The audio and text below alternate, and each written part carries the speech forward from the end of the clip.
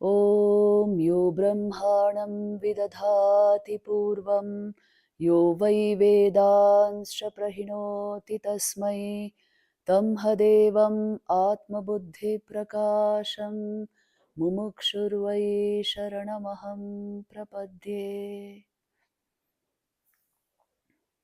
In this retreat, we have taken up the study of Tattva Bodh. Tattva Bodh is a marvelous text. It's a small one, it's a Prakarana Grantha, and the author is Adi Shankaracharya. So it will be very profound. The beauty of a Prakaran Granth is it is a very good introductory text to Vedanta. And when it is Shankara's text, obviously it is about Advait Vedanta, the highest step or rung of the ladder of Vedanta. And it is giving very profound ideas, but it is also famous as a book of definitions of Advait Vedanta. So, what is the definition of the Jivatman? What is the definition of Ishvara, God? What is the definition of Jagat? What is sadhana? What is the nature of this existence? All of this is very beautifully defined. So, the Sanskrit is just beautiful, and the entire text is profound. There's a gravity about it. At the same time, you see, compared to other literature on this subject, it is lucid, it is easy, and it is comprehensive. It's a book of definitions on Advait Vedanta. Once you go through this entirely, you'll see in 7 days' time, you have the perfect introduction to Advait Vedanta. But remember one thing, Thakur jeta bolte hain na, Sri Ramakrishna used to say, if you, wring the almanac, you are not going to get water. You can study a lot of texts. We can do a lot of reading, but a certain amount of practice must go along with that. If this practice is lacking, this will become a very theoretical kind of knowledge. Because I'm telling you, it's a book of definitions. I will go on defining one existential reality after another, and you will get a lot of conceptual knowledge of it. But what are tatparja ki? What is the implication, the meaning, the deep meaning of all this? That you can only get through a meditative practice. See, this is the beauty of Vedant. Shravan, Manan, and Nididhyasan. You must take them hand in hand. First, Shravan, you hear about it. Then you will reflect on it. And then you have to meditate on it. Otherwise, you won't grasp it fully. Otherwise, we will have strange ideas about, samadhi and the meditative state, and we'll think it is something different, and the inquiry path is something different. No. When Shravan is intensified, it becomes Nididhyasan. You're hearing in such a way. In fact, one of Shankara's own disciples says this. Actual Shravan means you are hearing, but you are corroborating the experience within yourself. You are feeling the truth of it within yourself. That is Shravan. Which means what? If there is a internal practice, if there is a meditative habit, you will really understand this book. And I'm using this particular work, Tattva Bodh, of Sri Shankaracharya, translated by Swami Tejomayanand of Chinmaya Mission. So this is a very beautiful book, very compact, and the meaning and everything is put very clearly. So I'm just using this book. What we will do is, initially, let me give you a good introduction to this text as well as the practice that should go along with it. Never before was Vedant taught without preparation. Please know this. Just because we have made it so easy now, that the books are published, the lectures are available on YouTube, this doesn't mean that, well, there's no requirement of any practice. If there is a practice, if there is a meditative habit, naturally you will get this knowledge, even if you don't know about it. If there is no practice, Amra Jotoi Boli, whatever we may say, still you will have doubts. Still you will ask, Ki koreta hoy? How does this happen? So remember, practice is key. Practice means this much only, getting our mind back to its original state, bringing a kind of quantum coherence into this system. You have heard of the word quantum coherence? See, it's a very important word. Unless this system becomes coherent, you will not be able to grasp a text like this. The meaning is this: you might have heard of the terms quantum entanglement, quantum superposition, non locality. Ajkal physics, in physics, we use a lot of these terms. All it means to say is even subatomic particles at great distances, millions of light years away, are able to communicate. How do they do it? Nobody knows. But in Vedant, always the recurring idea is there is only one existence. Everything is an appearance in that existence. So obviously there is non-locality but coherence. There should be communication, there should be connection. In fact, non-locality means this, that they are able to communicate even greater than the speed of light, faster than that. So how does this happen? This is because existence is one intrinsic whole. Its manifestations are different, appearances are different, but existence is one. So, yoga is a kind of quantum coherence of your internal system. If this happens, which means the different components of this body mind complex, if they are brought into a systemic unified whole, you will experience the state of oneness where subject object divide is obliterated. And this is the perception of oneness. This is Vedant. So, it must happen in my system. It is not a mere conceptual thought form.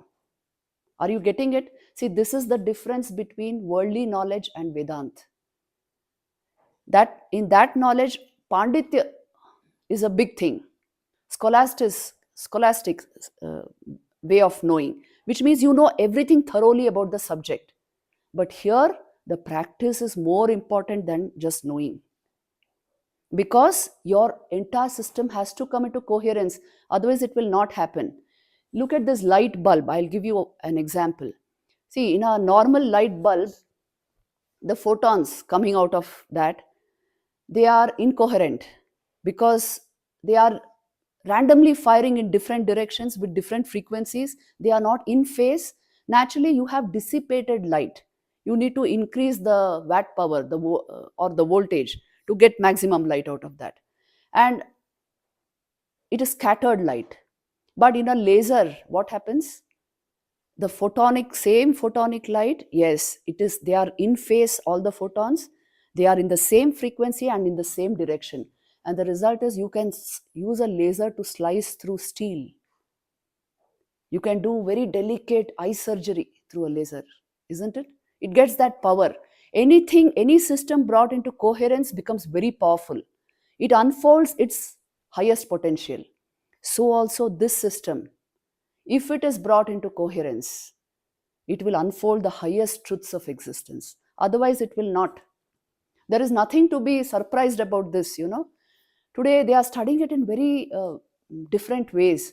I don't know if you have heard of Dean Radin from the Institute of Noetic Sciences. Noetic science means the study of mind and intellect. He has been studying this, and he conducted an experiment. He put two meditators in two separate rooms and asked them to focus with loving intention on each other. And their brains were connected to EEG machines, and the brain waves were studied. It was found when they were a feeling of loving kindness towards each other, when they were thinking of that, their brain waves synchronized. They are not in any way in touch with each other, yet it is happening. So, our mind, our consciousness has this power.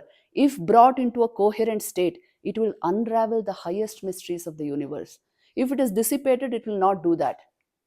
The human nervous system also functions like that. See, many of you are medical doctors. You know this very well. A normal human being, the heart rate is some sort of unrhythmic. The brain waves are scattered along alpha theta uh, levels. And this breathing is very unrhythmic in many people. And thought is erratic. This kind of a system is not going to give you this knowledge. That is why I'm fundamentally stressing the fact of yoga, meditation. By yoga, I don't mean the physical exercises, I mean the meditative state. What happens in the state of meditation? This also has been studied medically. Hmm? First of all, the heart rate gets fixed at zero point 0.1 hertz. Your brain waves will move between alpha and theta. And you know, the brain wave activity itself shows he's in the meditative state. They are not moving in varied frequencies, they are moving only between these two in the meditative state. And then the breathing becomes extremely calm in the meditative state. In fact, breath is the key to controlling mind. And mind is no more erratic. It has become very, very calm, sober, to the extent it sort of makes way for the state of samadhi. So, this is this kind of a state, what you can call a supremely coherent state of the psychophysical organism. This will lead to true knowledge. Today, medically, they have found this, that the state of meditation shows all these characteristics. So, in Patanjali Yoga Sutras, he puts it very explicitly, very clearly. He puts it that yoga is the state where the incessant modifications of the mind are brought to rest. योगस्तु चित्त वृत्ति निरोध, चित्त के वृत्तियों का निरोध, यही योग है. To what effect? Why should you do this? Why at all should you want to pause the mind? Tada drashtu swarupe avasthanam. So that the witnessing consciousness that we truly are, that becomes stable, that comes to the forefront, so that your thoughts don't keep deflecting your attention and your consciousness. Are you getting the point? You can say, in the language of quantum physics, you can say the observer notices he's the field, not the mere observer. When the wave function is stilled, the observer notices he's the field. You get to know your own true nature if the mind is under control, if the thought waves are stilled. So this is the method, the methodology. Usually most minds require a practice in yoga, by that I mean meditation, to come to the knowledge of Vedanta. The direct method is inquiry. See, many times Shankaracharya is going to talk of that also. The direct method is just inquiry should spark off this knowledge. But we are not that prepared. I told you now, the system is not in quantum coherence. So bring it a little into the coherent state. See, in this ashram, everything is geared to bring you into that. Are you seeing? Morning, you have to do meditation. Then you have to be in nature. You have to be quiet. Then very sattvic food only you will get here.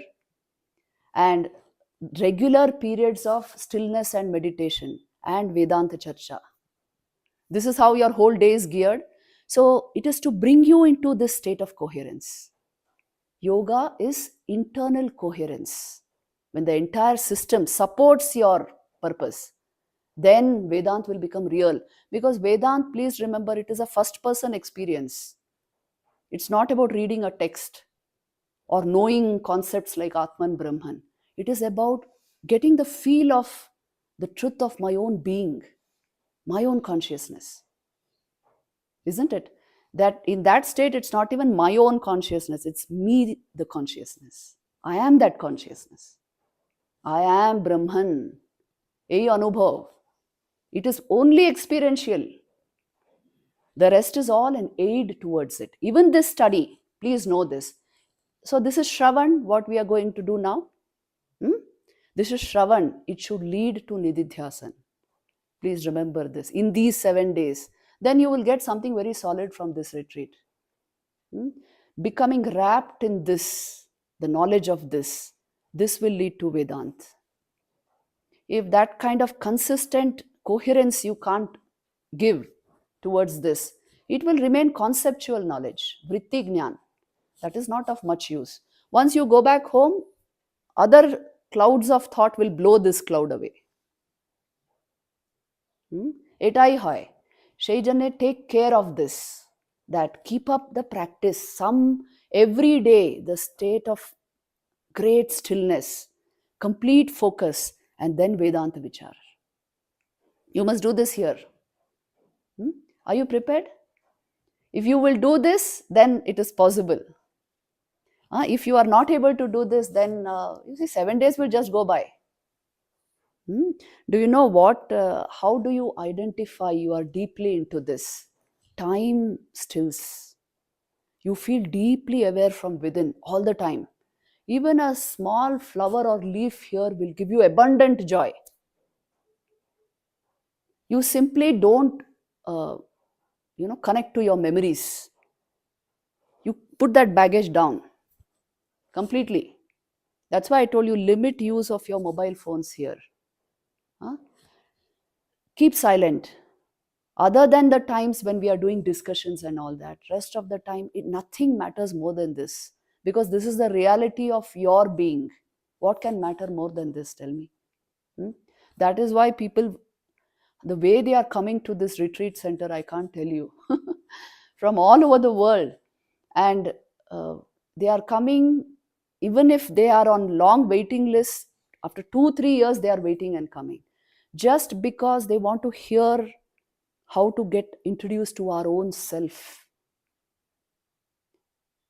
So this is the great appeal of Advait Vedant. You must be able to connect it with your actual being and not merely stay satisfied with conceptual knowledge.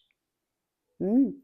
And remember, samadhi, or whatever we talk in terms of yoga, don't think it is alienated from the path of Advait Vedant. For the simple reason, most people require a state like samadhi to come to establishing yourself in Vedant. Even Shankara speaks of it in many of his works. Hmm. So, the practice, the meditative state, samadhi, and the fruition of this entire process of self inquiry, all this happens simultaneously. Naturally, it will happen. So don't let go of the practice. અમારે ATAR ઉપર ખૂબ insistence છે. I will keep on insisting on this throughout the classes, because this is where we'll go wrong. We hear so many lectures, we know so many concepts, so many things. We go here and there to hear lectures. But essential thing is the practice. The feel of awareness will only come in those moments of stillness. And later on, you will see it's the same thing. All the time you are carrying the same consciousness. But oi anubhav hoa dorkar, the feel of awareness in great stillness, the feel of not being, tangentially misdirected by your mental vrittis, of being centered here, of being completely collected. Samadhi, like avastha, very important for all of us. Generally, I'm speaking, to change the ways of our mind, it's important. Otherwise, the mind will keep racing here and there. Taina, you know very well, you are well acquainted with your mind. So I don't have to introduce that to you. It is really the monkey mind. Unless you train it, it will not stand on this. That is why I'm insisting on the practice. ठीक আছে? Now we will step into the text itself. But before that, let me give you this introduction. See, the Vedic literature is very vast. You know it very well. The four Vedas we have: Rig Ved, Yajurved, Samaved, and Atharva Ved. The essence of this lies in the Upanishads. That is the Jnana Kand, the knowledge portion of the Vedas. Most of the Vedic mantras are sacrificial mantras to do with various types of sacrifice. But the knowledge portion has to do with the existential truths of life. What is the meaning of existential truth? The truth of my own existence. Who am I? What is the nature of this world spread out? Why am I here? What is the truth about me? After death, what still survives? What remains over? Who am I truly? Questions, these kind of questions are called existential questions. They are questions to do with my bare existence, not with my psychological uh, structure, not with what is the nature of mind, why my thoughts are like this, not all that. That is still secondary. What is, who am I unchangingly? What is the unchanging truth about me? This is what they are trying to track in the Upanishads. All the questions in the Upanishads are along these lines. And they found our own real nature is Brahman. We are not merely body mind. We are functioning through body mind, but my real nature is Brahman. You can say pure consciousness itself. and that is not different from Ishvara, the consciousness of God. In terms of consciousness, it is one reality. This is what is the great truth of Advait Vedant. Aham Brahmasmi, Tattvamasi. I am Brahman. It's not that Brahman is something apart from me which I have to worship. The truth about me is Brahman, but I'm functioning through a body mind complex. So, persona, personality is something I wear, not what I am. Are you getting this point? Itai Vedanta. To understand, grasp this and soak it deep into our structure in such a way that the mind functions along these lines all the time. Itai Vedant. So to be able to grasp this, such huge works are there, such huge introductions are given to those works, just to be able to grasp this much, that the truth of my own being is pure consciousness. Itai Advait Vedant. If you know this much, you know a lot. You know the essence of life. But consciousness, Samade, if I have no idea, no dharana, then start thinking I am mind, I am my thoughts, and I am body. Occasionally, you will start identifying with the body. Body consciousness, thought consciousness, emotion, all this will become primary reality. Please see if this is true or not in your own life. Psychological reality will become the truth if there is no Vedant. And we are utatei ghurpakhachi. In that only we are totally confused. Why my mind is so angry? Why so much tension? Why stress? Why that person is so bad to me? Only with this the life goes. Kintu jadi, if I have a grasp on this, immediately you are able to separate I from mind. I am apart from my mind. So all those problems become distant. They are not my problems anymore. They are problems of my psychological structure. That's all. It's a huge leap in understanding, in faith, and most of all in experience.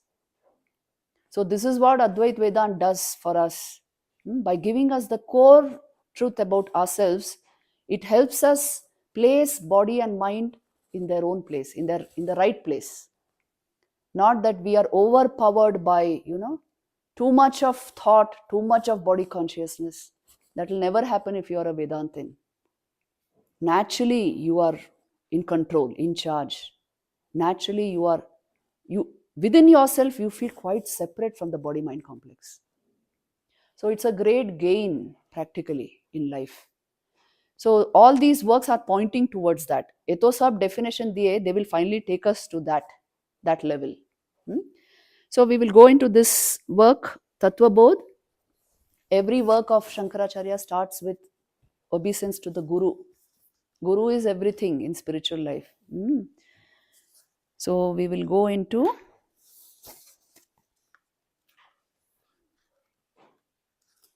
the first verse.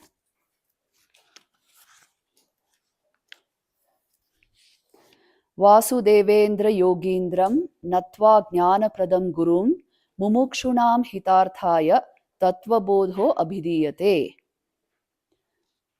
Vasudevendra, the king amongst yogis, Yogindram, Natva, having saluted, Jnanapradam, the bestower of knowledge, Gurum, Mumukshunam, for the seekers, Hitarthaya, for their benefit, Tattva Bodha is being expounded. That's the meaning. So here, the king of yogis, Vasudevendra Yogindra. Shankara's guru's name was also Govindapad. You remember? And who was his guru's name? Paramaguru. Who was the Paramaguru?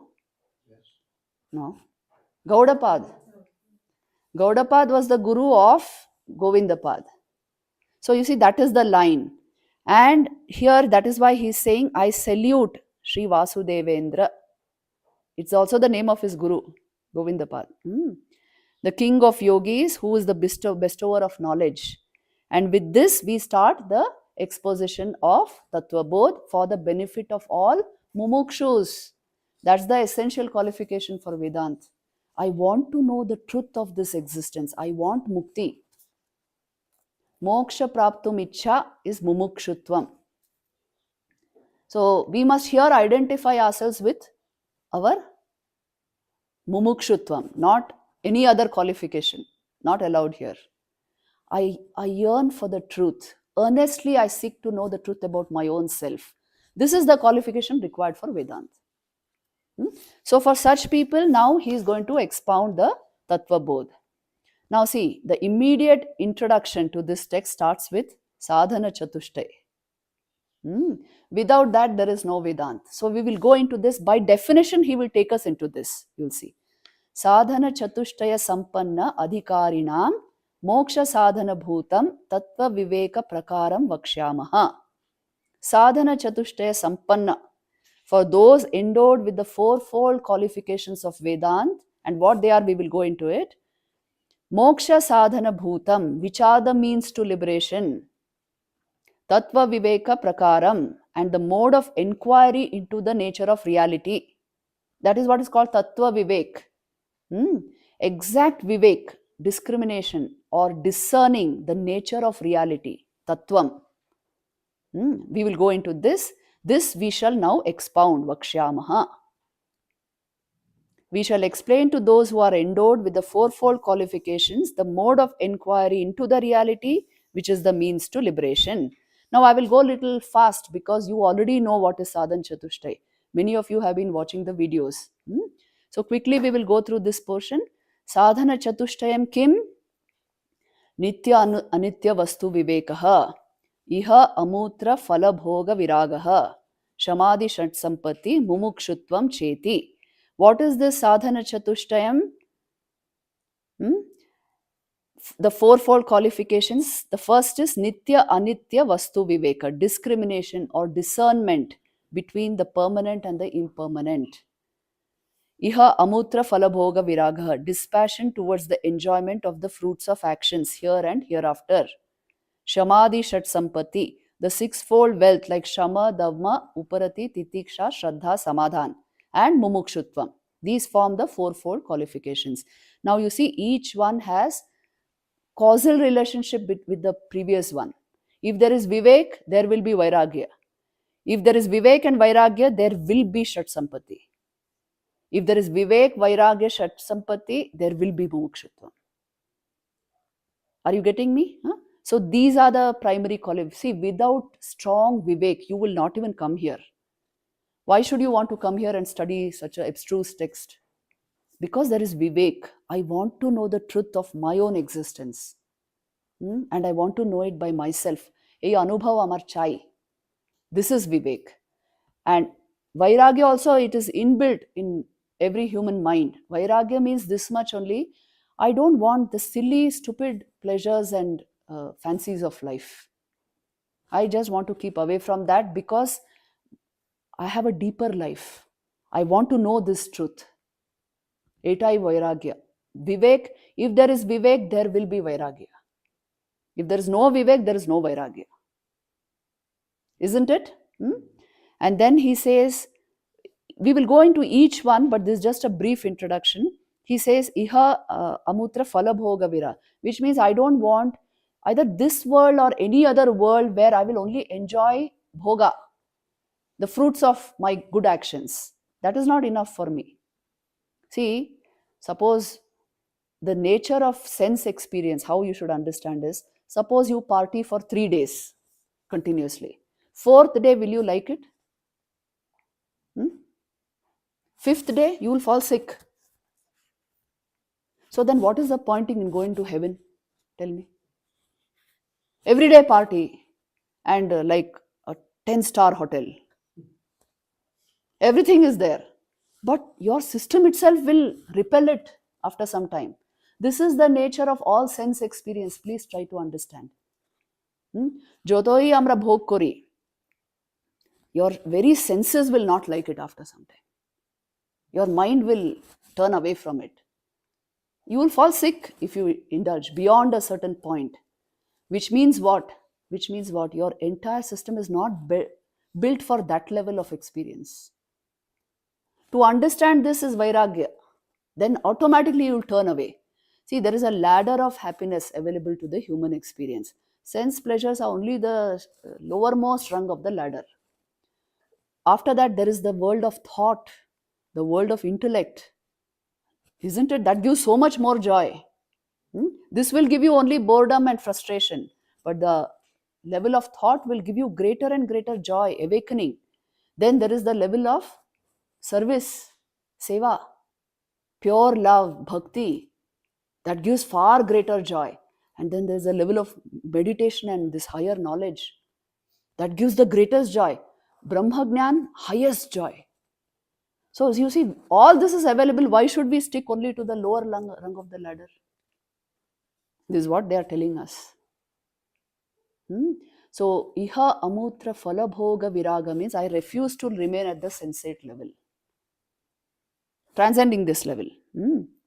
And for that, Shamadhi Shat Sampatti. This we will come to later. One by one, he is going to explain. And Mumukshutvam. There are a group of 6 qualities which we should possess in order to grasp and realize Vedant. And the last of this is Mumukshutvam, the real desire for liberation, higher knowledge. Now, you see, it's a book of definitions. Now, again, we go by the definitions.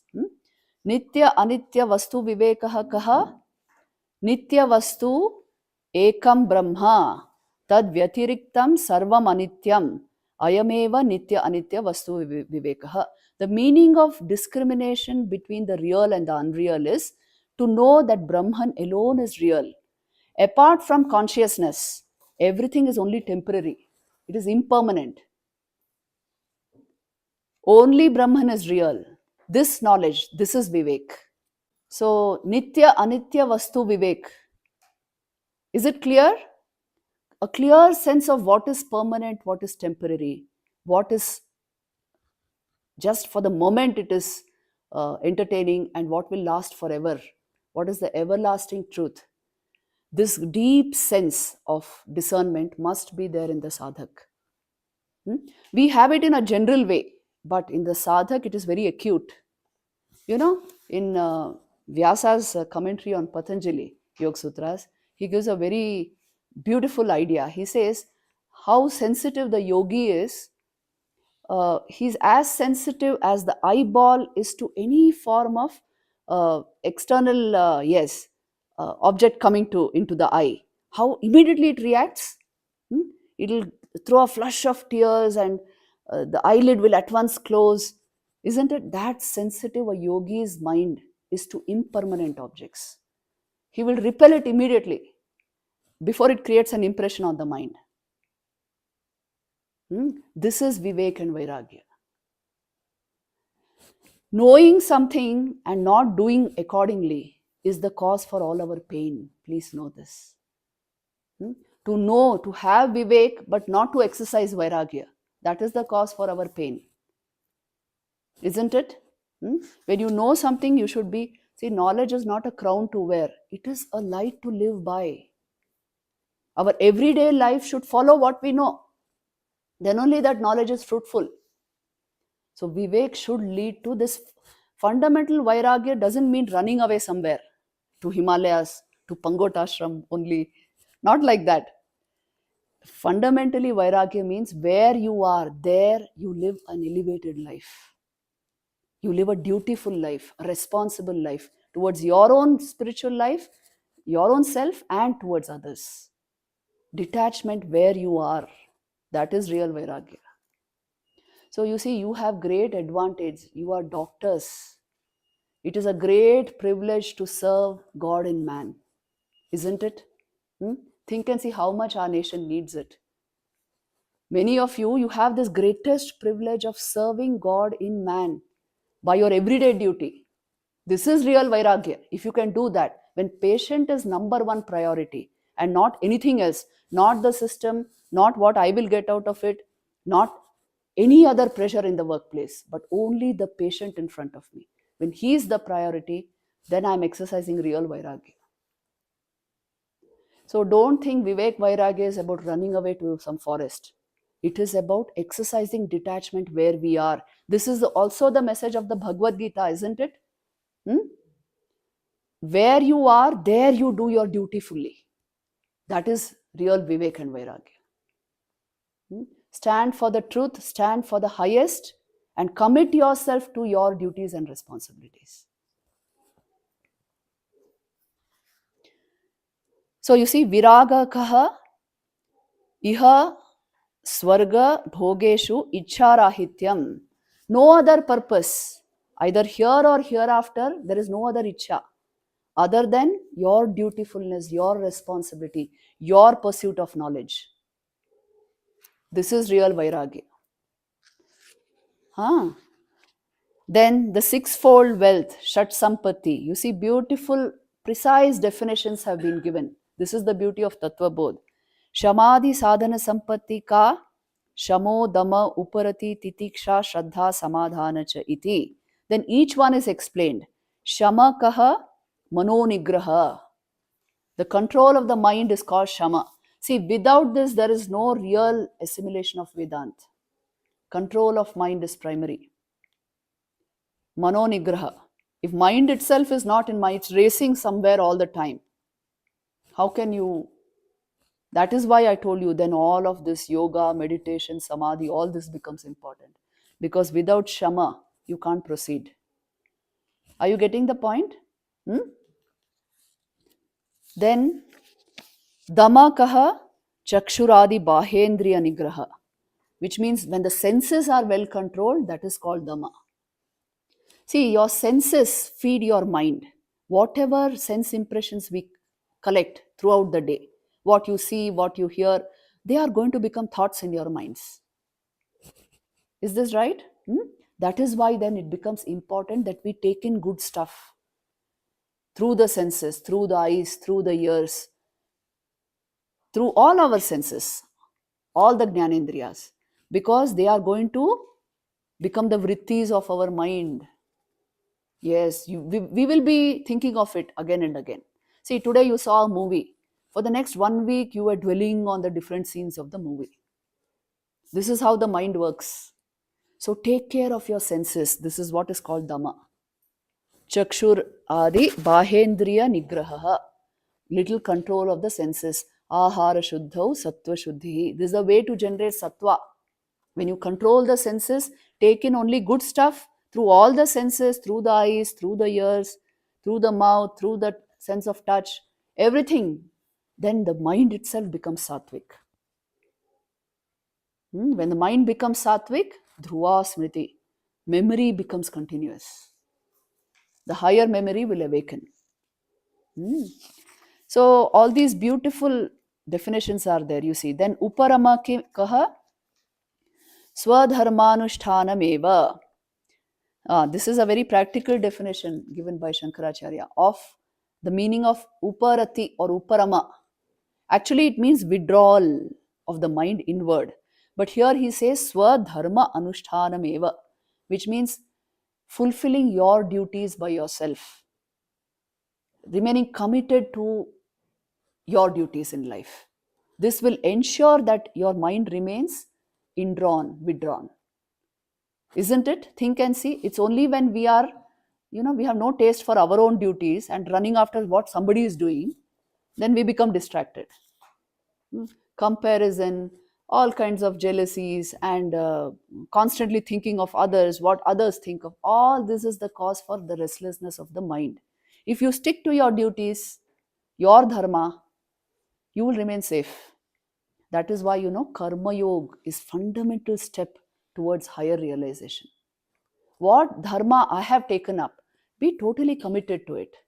I told you, you have a great privilege in life. One of the greatest dharmas you have. Use it to bring lot of, a good life to others. And that itself will serve as your yoga. Yes, whatever we are doing, if we stay committed to that, help the people around us through that. You may be a teacher, you may be a doctor, you may be anything. Even a simple housewife. You're using that to serve people around you. You go very far in spiritual life. So sticking to our duty will ensure uparati. This is what he's saying. Please see. Hmm. Be dutiful, be responsible, be committed. That's the message. Titiksha ka, what is titiksha?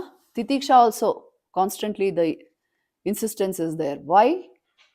Because unless we are able to forbear the dualities of life, the mind will remain busy in solving silly problems, not going to this level at all. Isn't it right? Hmm? So you see, Shitoshna Sukha Dukkhadi Sahishnutvam Titiksha. That's the definition, which means able to bear all the dualities of life like Sheet, Ushna, Sukha, Dukkha, being able to bear all of it. Otherwise, small things will upset us, throw us out of balance. You must have seen such people, na? Huh? They hardly have a problem, but they'll make it big. So, if we have all such stupid abilities, we will not be able to progress in spiritual life. That is why he's saying Titiksha. Bear with all the dualities of life so you can take this jump. Mother used to say this, no, forbearance. There is no virtue greater than forbearance. And nothing greater than contentment. Contentment and forbearance. So, if you stay like that, it is possible to make this breakthrough in spiritual life. Otherwise, it will carry you away. Small difficulties, people's small opinions about you, if these are become big in our minds, then we are not going to progress in spiritual life. Take care of this. Hmm? Then he says Shraddha. Shraddha kidrishi Guru Vedanta Vakyadishu Vishwasa Shraddha. To have that deep faith in Guru Vedanta Vakya. What the Guru says and what Vedanta says. That astikya buddhi, ability to accept the positive from the Guru and Vedanta. That is Shraddha. So we all have faith in what is the question, isn't it? So have faith in these and you will progress rapidly. This is what he's saying. Then Samadhanam kim chitta aikagrata samadhanam. Focus. Shankaracharya's definition is focus, is samadhana. Not samadhi, it is samadhan here. Hmm. This focusing power of our mind and intellect. So, if all these Shat Sampati, so what are the Shat Sampatis? Shama, Dama, Uparati, Titiksha, Shraddha, Samadhan. If these are all present, then Mumukshutvam. And along with Mumukshutvam, you complete the fourfold qualifications of Vedanta. Sadhana Chatushtaya. Hmm. See, even the desire for liberation, he is defining. Mumukshutvam kim? Moksho me bhuyat iti ichha. May I attain higher liberation? May I attain the highest knowledge? This ichha is mumukshutvam. When this knowledge is lacking, what happens, you know? With all our faculties, we keep chasing different objects in life. Because we don't know life is about deepening experience, not just gathering experience. When mumukshutvam is not there, you will keep chasing more and more objects. I have two phones, I want two more. I have two cars, but my neighbor has three, so I want four. Like this silly pursuits will become your objective in life when there is no mumukshutvam. But if there is mumukshutvam, I know where to invest my time and energy. I will deepen life. I will deepen awareness. Then even I told you, a small leaf will give you greater joy than any object of pleasure. Otherwise, 10,000 objects around you cannot satisfy you. Check this out and see. If you deepen awareness, aar kichu darkar nahi.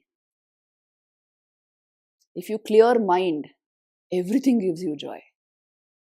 If you maintain a pure, kind heart, you will have a clear conscience always and the right action always.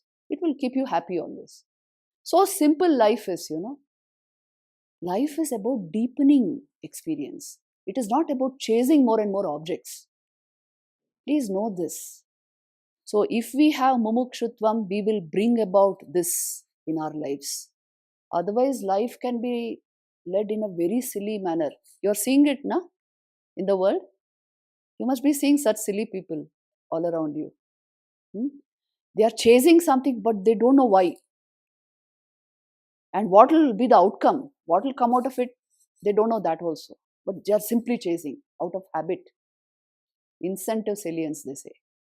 There's no meaning to it. So only with mumukshutvam we correct our orientation, our goal orientation in life. And so you will know where to invest time, energy, attention, money. Otherwise, you will waste it. Hmm? And then we will know real investment is investment of life energy. And if it has been turned inward, I get a lot out of life. Here, let me tell you a very beautiful story. Hmm. It is a story from the Chandogya Upanishad. It is a story of a king.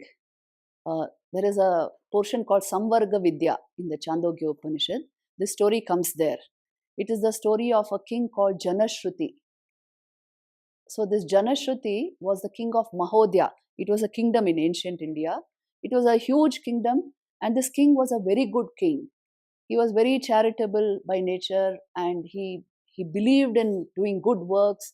He was wise. He took care of the people, and he measured his worth by his power, his money, his charitable deeds. Hmm? And he thought, I'm leading a very good life, but somewhere deep within, he was unfulfilled. He's still aching for something. He doesn't know what. See, this is how life is. Life is the best teacher. Even if you have everything, it will keep aching within you. Okay, I'm unfulfilled still. Complete fulfilling happiness is not there.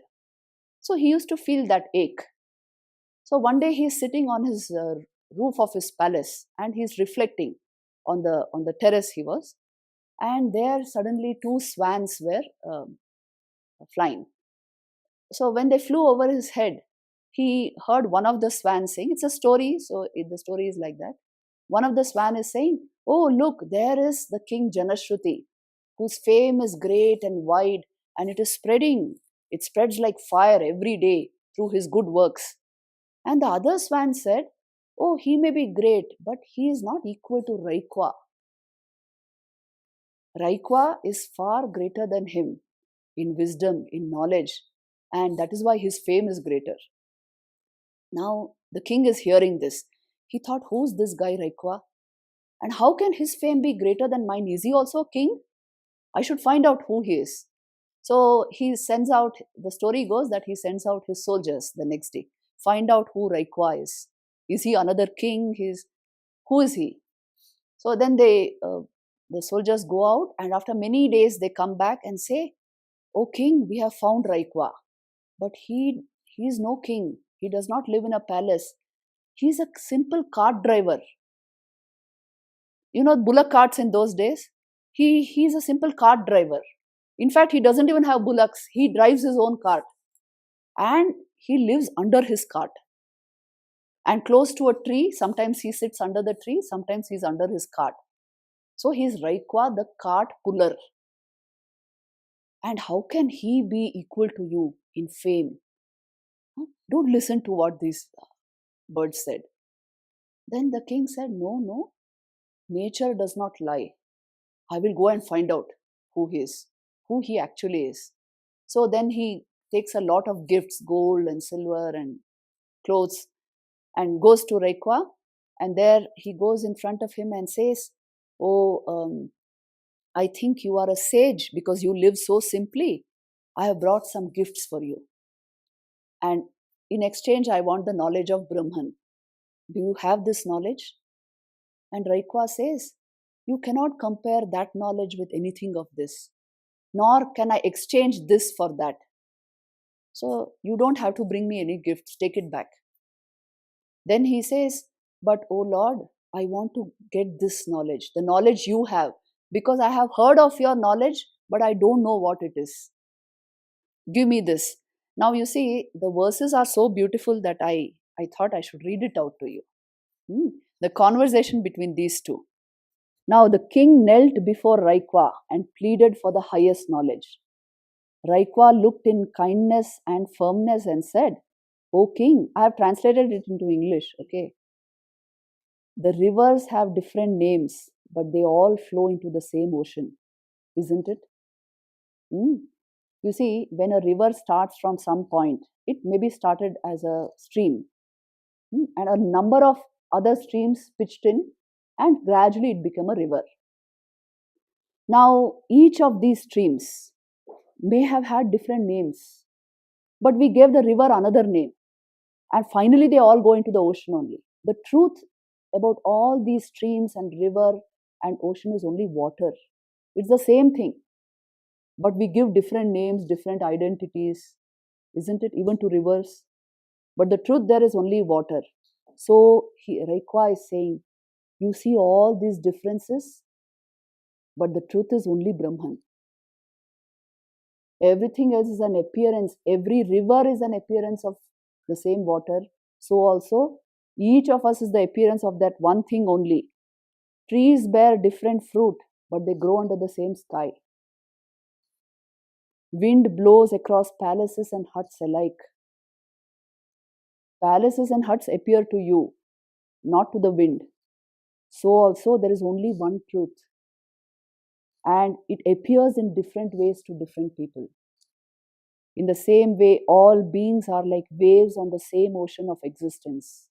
You appear as a ruler, I appear as a cartman, but the same being shines in you and in me. Then he says, does the sun shine less on a blade of grass than it does on a mountain? The same Brahman is manifest through everything. We have assumed different identities and we think of ourselves in terms of those identities, but they are all unreal. Look at the knowledge he is giving. Now Janashruti fell into deep silence and acknowledged that every word Raikwa was saying is the truth. He felt it in his heart. See, this is real Shravan. When you know what is being said is true, when you feel it within yourself. Then Raikwa says, the truth is not found either in the golden crown or treasury, nor is it hidden in sacred texts, nor in temples. It is found in the heart of man. It is found in the self, the truth of your own existence and being. And that very truth is reflected in all of this creation. In every whiff of air, every grain of sand is the same truth. Now Janashruti trembled and said, but I have not realized this. I am hearing it from you, but I have not realized this. Then Raikwa says, that is because you are searching for it in the wrong places. You are searching for truth in wrong identities. You feel you are so charitable. You feel you are so powerful. You are wise. But these are not your real identities. You are searching for yourself in all this. In riches, in treasury, in the crown, in fame, in charity, good works. You measure your worth through all this. But this does not at all define you. Look at the knowledge he is giving. And then he says, it is like searching for your reflection in a broken mirror. First of all, you are not your reflection, and a broken mirror will never reveal what you are, as you are. But you are searching for yourself in all these assumed identities. Now Janashruti closed his eyes and sat quiet. And just by the presence of that sage, something deeply shifted within Janashruti. He felt that inner being, and he felt his personality as a king quite different from that. He understood the truth of Brahman, which Raikwa is expounding. Then and there, he felt the truth of it. He felt a veil lift from his eyes. Janashruti always had paid great attention to his power and the respect he commanded. Now that fell from him. He had paid great attention to his crown. That desire also left him. And the greatest desire, Milton said this, it is the last greatest infirmity of a noble mind is fame. This also, he had given a lot of worth to this.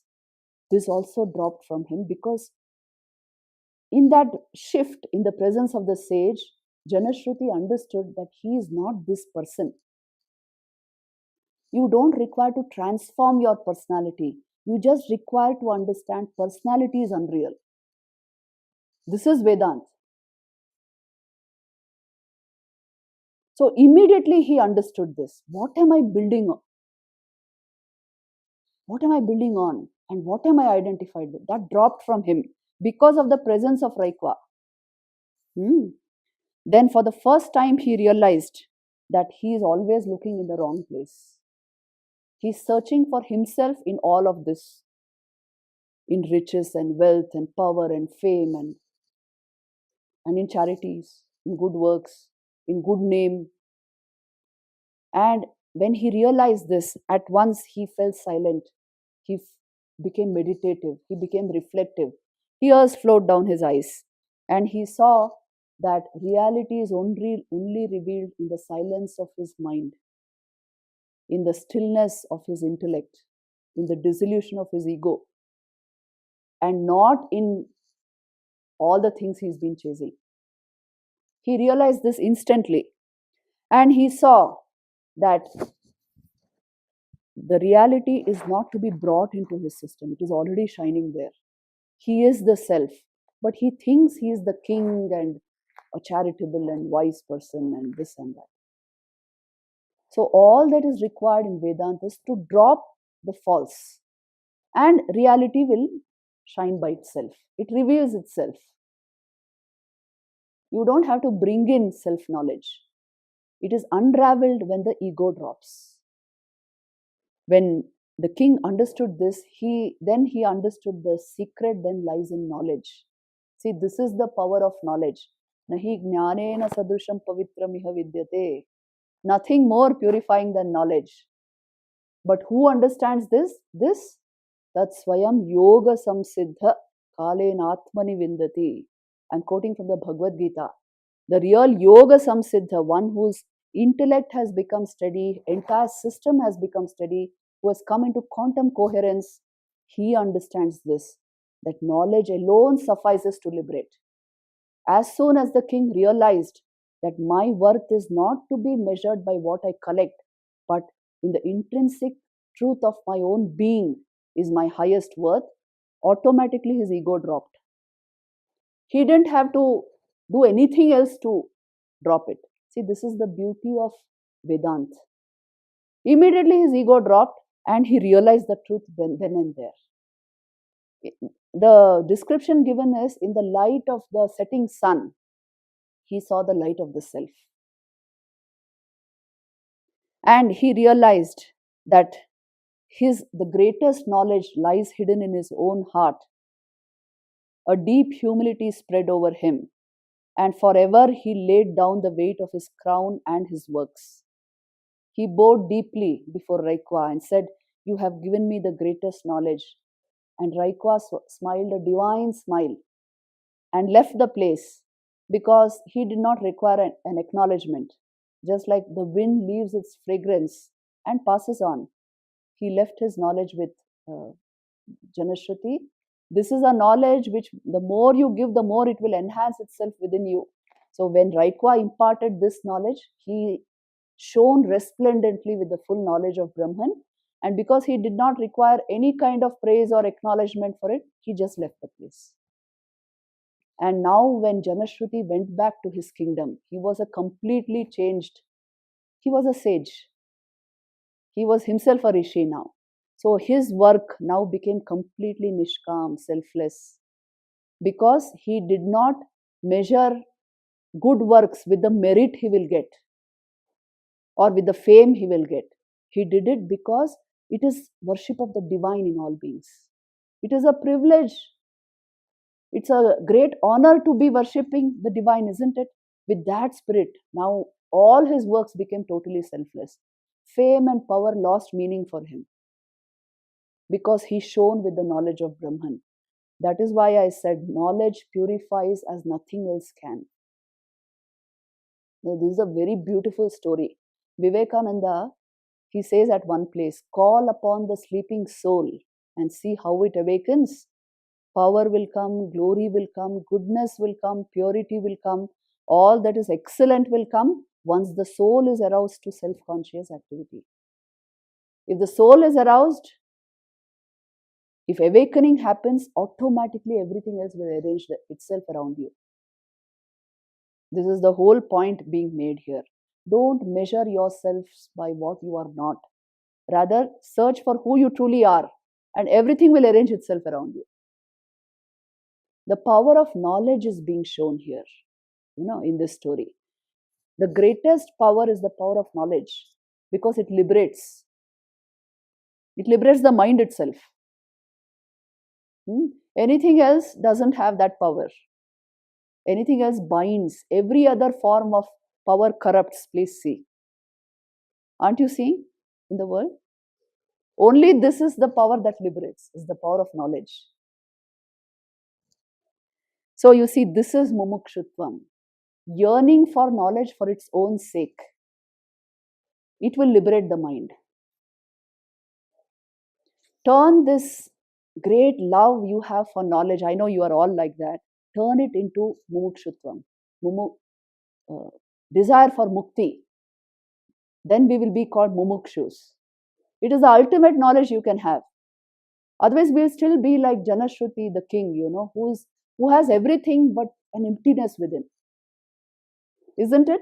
A gnawing sense of incompleteness within ourselves. Only this knowledge liberates the mind itself. So you see, the last verse I'm going into, etat sadhana chatushtayam. This is sadhan chatushtay. Tattva vivekasya adhikarina bhavanti. So the enquiry into truth, one becomes fit for that enquiry only through this sadhan chatushtayam. So this is what I wanted to cover in this class. You must be very clear about the fundamentals of Vedanta, the pre-qualifications required for achieving this, because it's not merely conceptual knowledge. So then what are the qualifications? First, vivek, vairagya, shat sampatti, which includes shama, dama, uparati, titiksha, shraddha, samadhan. It will bring your system into quantum coherence. And mumukshutvam. That is the fourth most important pre-qualification. If this much is there, then our study will be fruitful. So here we are going to practice these. I'll conclude the class here. Om Shanti Shanti Shanti.